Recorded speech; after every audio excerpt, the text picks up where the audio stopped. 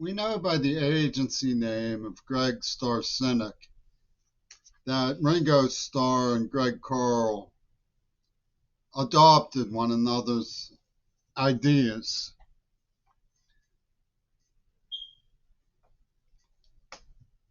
I'm at a disadvantage because of the refusal to admit evidence or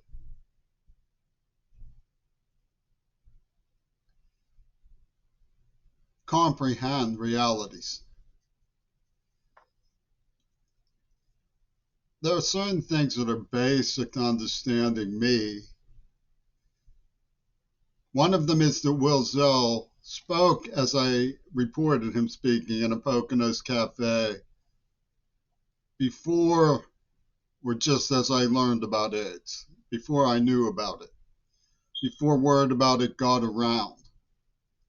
It was not on my mind. It was 1981, I believe, January or February. I believe was the date. And he was involved in the Gurdjieff Society, who lured me to Mount Desert Island, where I performed for them, to use the words of Pope Greg Carl. And I was responding to what the studio guerrilla theater system was doing by trying to find out what was going on. Pope Carl wrote about forces impinging on the persona's experience. So the reality is that there were these nefarious forces impinging on me, and I had every right and even a duty to get to the bottom of it. Now, Pope Carl and Starr Cynic and Ringo Starr, the arsenic cynic, claim they're lampooning the situation by saying I was sexually distracted. There was all a sexual adventure leading to virginity. And they threw in the ante of the storyline that Lennon was killed because I didn't understand what they were up to. All of which is deeply suspicious prior scripting that doesn't hold up to evaluation. But it's not what was on my mind. I was trying to find out what Zell was doing.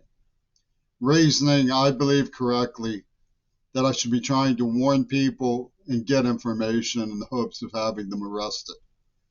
It eventually led back to the script by Gail Burston, who was a partner of Yoko Ono and John Lennon, claiming this lampoon story that Seattle leveraged to poison me and abuse me.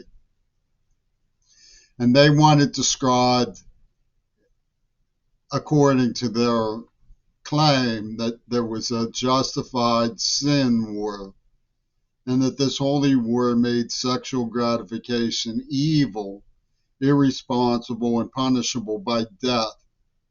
And they want the people who they killed to cheer them using this lampoon wedge. And they set up the situation in a disturbing fashion. If you don't believe I'm right, I'll corroborate what I'm saying with their own words. Harcourt of Amazon from Ono and Jeffen said in 1984, the whole is greater than the sum of its parts. This was her calling the tune for the media syndicate involved. If you don't know what that means, take a look at Gaza. It means one child, if you have seen one child amputated and die from being amputated without amnesia, you have seen all children who have died or engaged the grisly and unendurable amputation of a limb without anesthesia. One size fits all. If you've seen one, you've seen them all. And these were the people, the same people who went into Gaza and performed this brain salad surgery, as they like to hum in their lampoons, from Media Central. So one of their strong force arguments, of course, is that the girl who gave me her virginity, I did not know she was a virgin, so you can rule out hunting a virgin, was a hottie. She was cute. And so there's jealousy generated. I don't see why there would be. We were kept to ourselves. We were in love. I don't get hot under the collar about Gayatri Galloway. I respect them. I admire them. I like them. But they were out to prove something about me. And you ask, why didn't you? Okay, I can understand, even if these people were rational enough to admit that I was seduced by Dee Dee, abused by Swimmer, made lampooned by a organized pornographic system, and put myself in risk on Mount Desert Island trying to get the truth. They would say, why did you keep going? Well, there were certain things. It wasn't me who kept going, by the way. When they stopped impinging on the persona, subjecting the persona to successive degradations, there was no more hanky-panky. So it wasn't me that kept going. It was them that kept going. And what I learned by going through the virginity ordeal of the woman from Milan is that they had implanted a neuroplasm. I learned that. They plunged out. They called it therapy, by the way, pulling out the neuroplasm. That they had disgracefully libeled me. That they had organized in their CinemaScope a war game called Two Virgins Pussy Ball, all of which is necessary to understand and learn about. All of which is necessary to bring forward for their apprehension and prosecution. Or a plebiscite saying we rubber stamp what they did, it's okay. Whichever way the wheel turns in democracy. It was necessary to get to the bottom of it. So I was conscripted into these forces impinging on the persona's experience.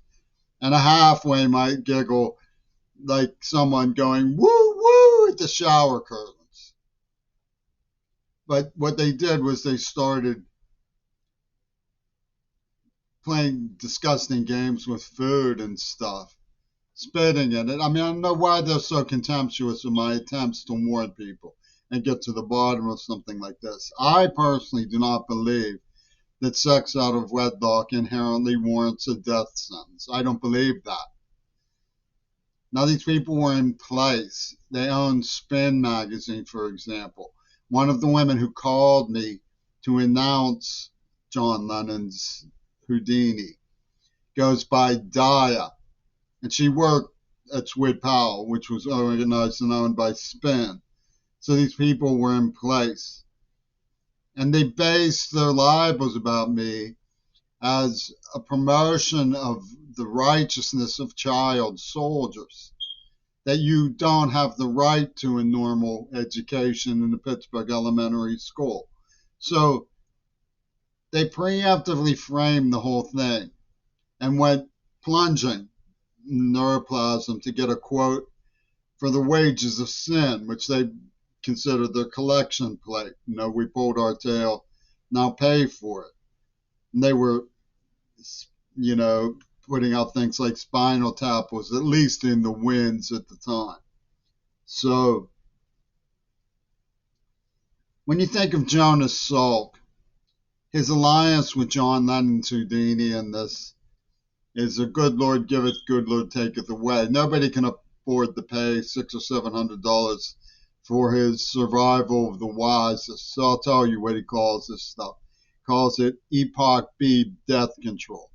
And his cronies put out another book that's available from Amazon used called Sexual Self-Destruct, The Conscience of the West. Knowing these things and crediting the reality of these things allowed me to identify, write a profile description of Sean Strub before he was identified. I had a profile description of him before he was identified.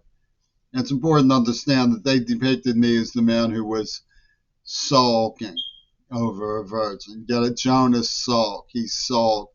And Lennon poses Houdini. So they're very clever. And because they're clever and they own the entertainment system, that's how they get their income. They figured we'll just entertain people to death. What I was trying to do was warn people to stop it before it happened, to jam up the momentum. And this got me into trouble for some reason that is obviously related to the sleight of hand played by the media with Queer Seattle and Black Panthers and so on. UW Dialectical, I call them.